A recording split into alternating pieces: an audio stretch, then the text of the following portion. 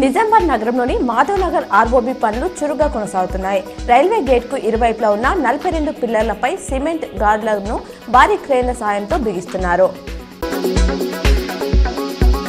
బాన్స్వాడ అయ్యప్ప స్వాముల శబరిమల మహాపాదయాత్ర భక్తి శ్రద్ధలతో విజయవంతంగా ముగిసింది. నిజామాబాద్ జిల్లా కేంద్రంలో కొంతమంది ప్రభుత్వ ఉద్యోగులు వలస టూరిజం అనేది పూర్తిగా దెబ్బతిన్నదని నగరంలో గుర్తు తెలియని వ్యక్తులు ఫ్లెక్సీలు ఏర్పాటు చేశారు. బాల్కొండ కస్తూర్బా పాఠశాలను బుధవారం ఉదయం మండల విద్యాశాఖ అధికారి భట్టు రాజేశ్వర్ ఆకస్మికంగా తనిఖీ చేశారు. మెనూ ప్రకారం అల్పాహారం అందిస్తున్నారా లేదా అని ఆరా తీశారు. ఎన్ని ఇబ్బందులు వచ్చినా ప్రజావాణి కొనసాగుతుందని డిప్యూటీ సీఎం బట్టి విక్రమార్క స్పష్టం చేశారు.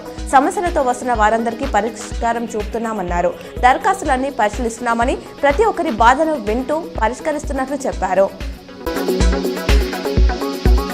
నేటి నుంచి జరగనున్న ఎమ్మెల్యేల ఓరియంటేషన్ సెషన్ బీఆర్ఎస్ బహిష్కరిస్తున్నట్లు ఆ పార్టీ వర్కింగ్ ప్రెసిడెంట్ కేటీఆర్ ప్రకటించారు. శాసనసభ ప్రారంభానికి ముందే మమ్మల్ని అరెస్ట్ చేసి మా హక్కులకు భంగం కలిగేలా స్పీకర్ వ్యవహరించారు.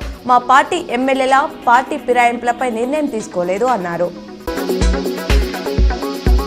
జనవరి 13 నుంచి ఫిబ్రవరి 26 వరకు జరగనున్న మహాకుంభమేళా 2025కు ప్రపంచం నలుమూలల నుంచి 40 కోట్ల మంది ప్రజలు తరలివచ్చే అవకాశం ఉందని యూపీ ప్రభుత్వం అంచనా వేస్తుంది. భక్తుల సంఖ్యను ఖచ్చితత్వంతో నిర్ధారించేందుకు ఏఐ కెమెరాలను ఉపయోగించనున్నారు.